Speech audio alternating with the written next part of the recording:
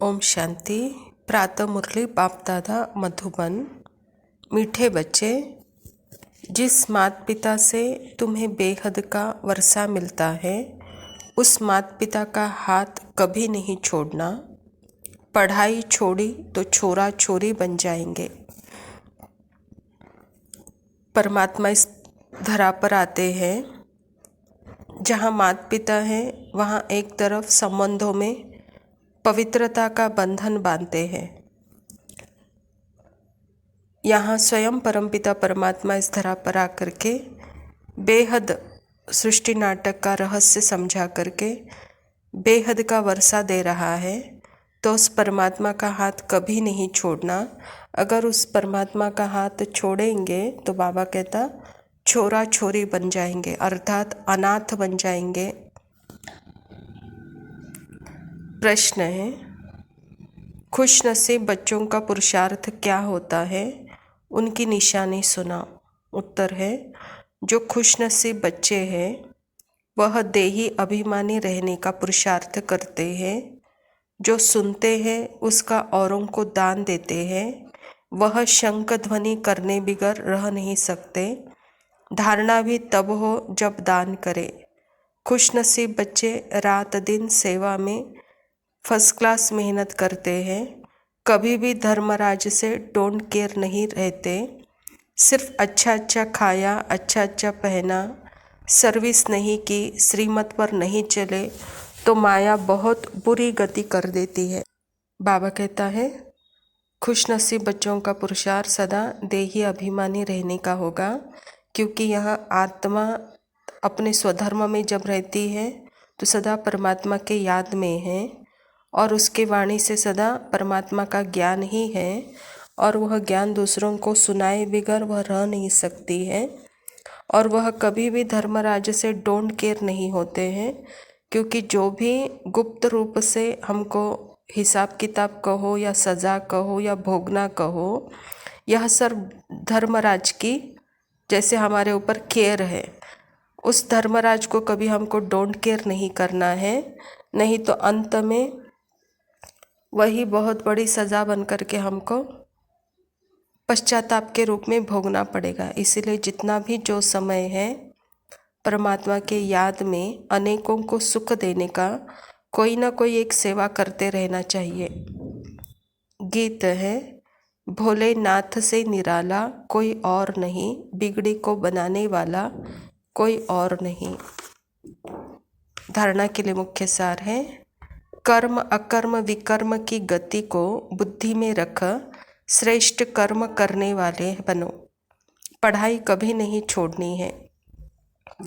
आज जो फल मिला है वो कल जो बीज मैंने बोया था उसका फल आज मैं भोग रही हूँ, लेकिन अभी वर्तमान समय जो बीज मैं बोऊंगी उसका फल मुझे कल मिलेगा। यानी बीज बोने का सुख अभी भी मिलेगा और यह सुख कल मुझे सदा काल का मिलेगा। इसलिए परमात्मा खुद कहते बच्चे कर्म अकर्म विकर्म।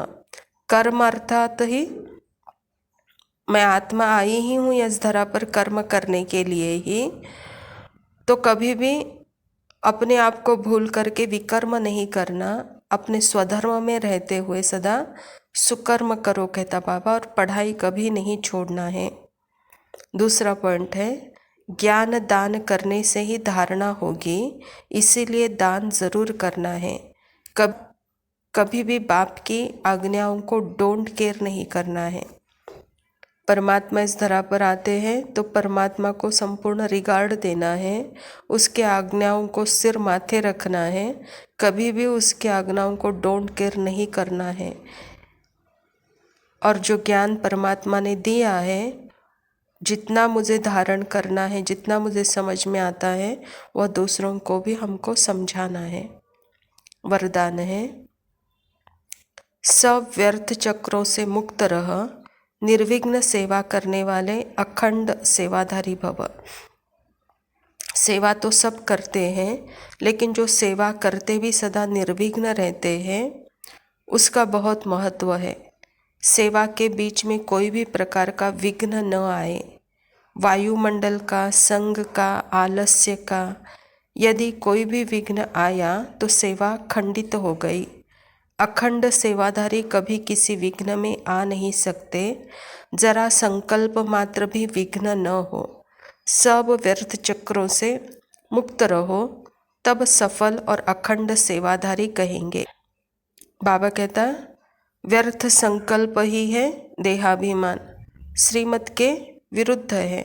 और जहाँ आत्माभिमानी है वहाँ सदा श्रेष्ठ संकल्प है, निर्विकल्प स्थिति है, निराकारी स्थिति है, निरअहंकारिता है। और जहाँ निरअहंकारिता है वहाँ सदा सेवा भी निर्विघ्न रहती है। तो इसलिए बाबा कहता निर्विघ्न बन करके सेवा करो, व्यर्थ चक्रों से सदा मुक्त रहो। कहता स्लोगन है, जो दिल और दिमाग से ऑनेस्ट है वही बाप व परिवार के प्यार के पात्र है। बाबा कहता दिल और दिमाग से हमको क्या रहना है, वफादार, ऑनेस्ट रहना है। किसके प्रति? एक बाप और परिवार के प्रति। तभी परिवार का और बाप का प्यार पा सकते हैं। ओम शांति।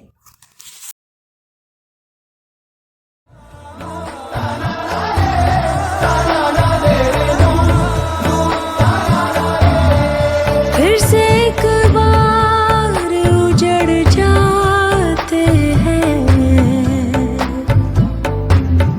फिर से एक बार उजड़ जाते हैं, चलते रे इश्क में पड़ जाते हैं,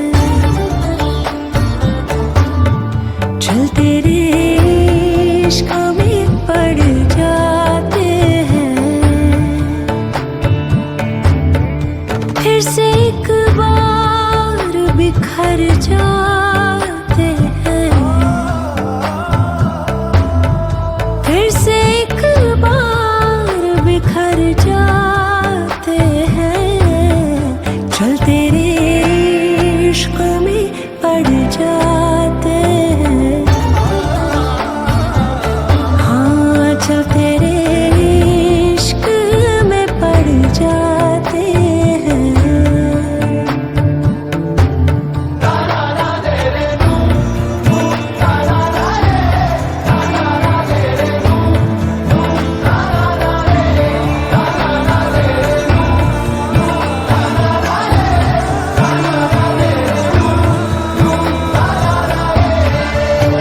मेरे